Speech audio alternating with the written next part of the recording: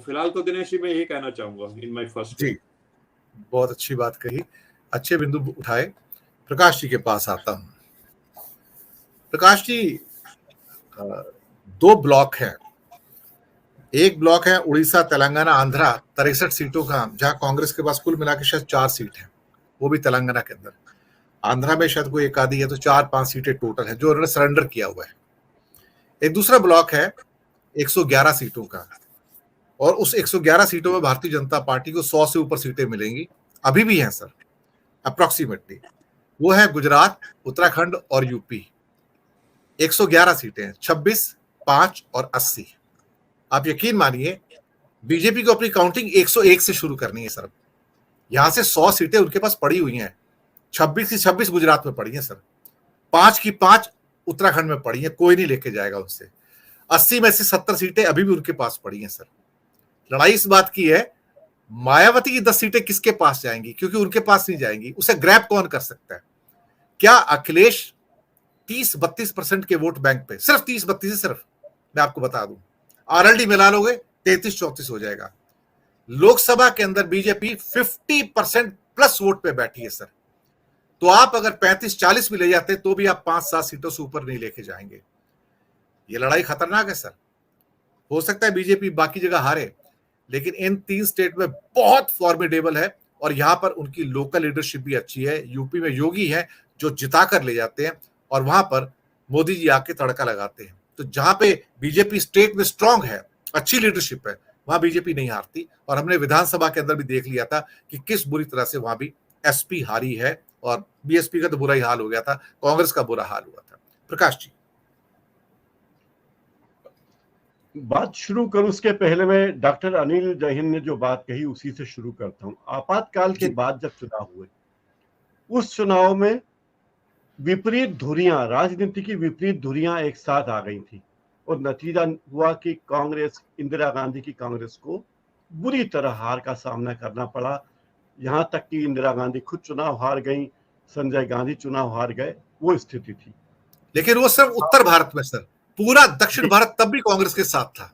जी, दक्षिण, एक आपने बात बिल्कुल ठीक कही, लेकिन ओवरऑल जो सरकार बनी, सारी, मतलब एक और आरएसएस के को जो लोग गालियां देते थे समाजवादी, वे भी आरएसएस के साथ थे, तब जनसंघ थी, भाजपा बनी नहीं थी। तो सारे लोग एक साथ आ गए, और उसके पीछे सरकार का दल प्रताड़ित करने का, दबाव का नजरिया रहा कि सभी विरोधियों को इंदिरा गांधी की सरकार ने जेलों में डाल दिया था इमरजेंसी में।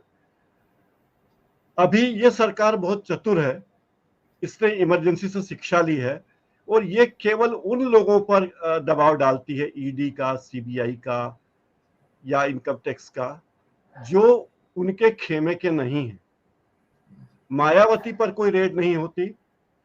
मायावती की तरह जो दूसरी पार्टियां हैं जो उनसे गलबैया करती हुई नजर आ रही, उनके साथ कोई रेड नहीं होती, कोई उस तरह की बात नहीं होती। यानी BJP plus ED plus income tax plus CBI, ये सब, इन सब के निशाने पर कौन है, ये बात ध्यान देने वाली है। दूसरी बात ये मुझे लगता है, सारी पार्टियों को लगता है कि कांग्रेस पार्टी जो है वो पतन की ओर थी, तो उसका जितना फायदा उठा लो उठा ले। केजरीवाल जैसे शख्स ये कहते थे कि देखिए, हम तो गुजरात में इतनी सीटें लाएंगे, कांग्रेस को 10 सीटें भी नहीं आएगी, लिख के दे रहे थे अरविंद केजरीवाल। और अरविंद केजरीवाल की आम आदमी पार्टी के निशाने पर केवल और केवल कांग्रेस पार्टी थी। इसी तरह वो एक नमूना है, उसी की तरह दूसरी तमाम पार्टियों के भी निशाने पर केवल और केवल कांग्रेस रही, क्योंकि कांग्रेस एक आसान शिकार थी। बीजेपी से निपटने का मतलब ये था कि ईडी, सीबीआई, इनकम टैक्स और बीजेपी। कांग्रेस के पास सत्ता नहीं है केंद्र में, तो कांग्रेस मतलब सिर्फ कांग्रेस। अब पिछले चुनाव की बात करें, 2019 की बात करें, देखिए लोकसभा की सीटों में 198 सीटें वो थी जहां बीजेपी की टक्कर क्षेत्रीय दलों से हुई थी, कांग्रेस के साथ नहीं हुई थी। और इनमें भी 154 सीटें ऐसी थी जहां पर बिल्कुल सीधा मुकाबला था। यहां बीजेपी क्षेत्रीय दलों पर थोड़ी भारी पड़ी, और बीजेपी ने अपना अच्छा प्रदर्शन किया। कांग्रेस का मुकाबला कुछ ही सीट, जो गैर बीजेपी और कांग्रेस शासित राज्य वहां की बात कर रहा हूं, वहां पर अधिकतर में देखिए कांग्रेस को बड़े कड़े मुकाबले का सामना करना पड़ा और कई जगह कांग्रेस तीसरे नंबर पर आई। और इन 200 सीटों में 196 या 200 कह लें मोटे मोटे, तो इन सीटों में कांग्रेस दहाई के आंकड़े को भी नहीं छू पाई। मतलब कांग्रेस यहां मजबूत नहीं है। ऐसे में सारा विपक्ष एक हो इसकी तमन्ना तो सब करते हैं, लेकिन जो क्षेत्रीय पार्टियां हैं, ममता बनर्जी हो या केसीआर हो या जो भी क्षेत्रीय दल के नाम आप ले रहे हैं, अखिलेश यादव हो, इन सबको लगता है कि कांग्रेस के साथ मिलकर हम लोकसभा का चुनाव तो जरूर लड़े, लेकिन ज्यादा सीटों पर हम लड़े और कांग्रेस हमें ज्यादा सीटों पर समर्थन करे। जैसे जब घर का बंटवारा होता था, आप देखिए छोटे भाई की अपेक्षा होती है कि सारा का सारी महंगी चीजें उसके खाते में आए, बड़ी जमीन, बड़ी जायदाद, बड़ी दुकानें उसको मिले और बड़ा भाई त्याग करे। तो अब कांग्रेस अब तक ये त्याग करती आई थी, अब कांग्रेस ये त्याग करने को तैयार नहीं है। और यही मुझे लगता है कि मूल समस्या है कि सारी पार्टियां, तृणमूल चाहती है कि कांग्रेस त्याग करे, एनसीआर चाहती है कांग्रेस त्याग करे, शिवसेना चाहती है कांग्रेस त्याग करे, केसीआर चाहते हैं कांग्रेस त्याग करे, अजीत जोगी की पार्टी चाहती कांग्रेस त्याग करे और सारी सीटें हमें लड़ने दे। पिछले विधानसभा चुनाव में यूपी में जो नतीजे रहे, कांग्रेस को जो सीटें आई, उसके पहले के नतीजों को देखें आप। पिछली बार तो कांग्रेस ने स्वतंत्र लड़ा, लेकिन उसके पहले जब कांग्रेस ने सपा के साथ मिलकर चुनाव लड़ा था, तब कांग्रेस को अपेक्षित सीटें नहीं मिली, क्योंकि कांग्रेस का संगठन कमजोर था, सपा का संगठन मजबूत था। अब अगर तृणमूल कांग्रेस में ममता बनर्जी कहती कि देखिए राहुल गांधी के टीआरपी मोदी जी से ज्यादा, ये उनका बयान है कि राहुल गांधी के टीआरपी मोदी जी से ज्यादा है। जब उनको लगता है इन सब लोगों के भीतर एक दबी कुचली महत्वाकांक्षाएं हैं कि हमें केंद्र में कोई अच्छा मौका मिले, प्रधानमंत्री बनना उन्हें लगता है कि बड़े बड़े दूर के अंगूर होंगे, खट्टे अंगूर होंगे, लेकिन इन सब को तमन्ना यह है कि अगर कांग्रेस के साथ मिलकर या यूपी की सरकार बने तो इनके लोगों को केंद्र में बड़े अच्छे अच्छे पद मिले, ज्यादा से ज्यादा सीटें मिले, और यही तमन्ना है इनकी कि अधिक से अधिक सीटों पर ये लड़ना चाहते हैं। और जब से कांग्रेस ने ये रुख दिखाया है कि हम तो खुद मैदान में आएंगे, अपने दम पर चुनाव लड़ेंगे, तब से इन सभी पार्टियों को थोड़ा कष्ट हुआ है कि अरे हम जो चाहते थे, इन सब क्षेत्रीय दलों की तमन्नाएं हैं तो अखिल भारतीय, नवीन पटनायक की तमन्नाएं भी अखिल भारतीय हैं और ममता बनर्जी की भी अखिल भारतीय हैं, केसीआर भी अखिल भारतीय मंच पर आना चाहते हैं।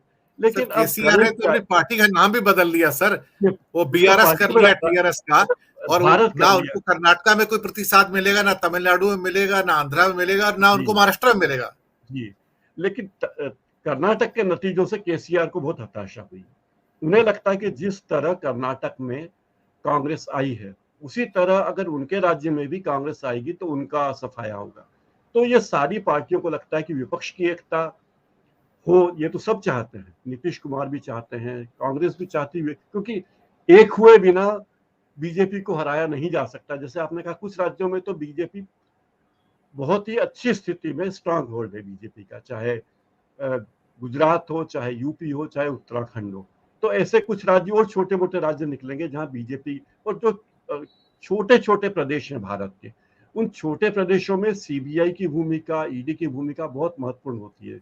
जैसे गोवा, जहां लगभग हर पार्टी का हर बड़ा नेता खदानों के धंधे से जुड़ा हुआ है, और जिस पार्टी की सरकार होती है उसके साथ जाना उनकी मजबूरी होती है, क्योंकि इन नेताओं के लिए राजनीति भी उनके कारोबार का हिस्सा है।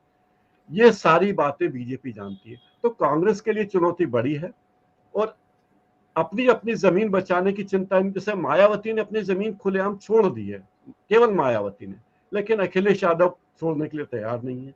अखिलेश युवा हैं, मायावती के ऊपर इतने सारे मामले पहले से ही चल रहे हैं, ईडी, सीबीआई, इनकम टैक्स के, कि वो ज्यादा खुल के बोल नहीं सकती। तो ले देकर उनकी मजबूरी है कि किसी भी तरह दिल्ली में बैठी सरकार के साथ जाएं। अगर दिल्ली में कांग्रेस की सरकार आ जाए या यूपी की सरकार आ जाए तो ये सारे लोग वैसे मौसम विज्ञानी की तत्काल छाता ले लेंगे और बरसात से बचने के लिए एक ही छतरी के नीचे आ जाएंगे, या कांग्रेस की छतरी के नीचे आ जाएंगे बरसात से बचने के लिए। जी। तो मूल मुद्दा यह है कि जो क्षेत्रीय पार्टियां, देखिए इस देश में क्षेत्रीय पार्टियों के बिना भी भारत में हमारा लोकतंत्र सफल नहीं हो सकता, क्योंकि इतना विशाल देश है कि कोई एक पार्टी दिल्ली में बैठा हुआ पार्टी मुख्यालय, दिल्ली में बैठे हुए नेता मणिपुर में या मिजोरम में या मेघालय में वहां के लोगों से तालमेल नहीं बिठा सकते, अंडमान निकोबार में क्या हो रहा है उससे तालमेल नहीं बिठा सकते, उनकी आकांक्षाओं को पूरा नहीं कर सकते। इसलिए क्षेत्रीय पार्टियां तो इस देश में रहेंगी ही और वे बलवान भी रहेंगी, लेकिन मूल चिंता कांग्रेस को ये करनी चाहिए कि उसने जहां उसका आधार रहा है, उत्तर प्रदेश आधार रहा है, बिहार आधार रहा है, वहां से जो जमीन उसने खोई है, मुझे नहीं लगता कि बिहार में कोई बड़ी जमीन कांग्रेस की अभी बची हुई है। तो जो बड़ी जमीनें खोई है उसका नतीजा या परिणाम कांग्रेस को भुगतने के लिए तैयार रहना चाहिए। दिनेश जी। जी, मैं आता हूं धनंजय जी आपके पास।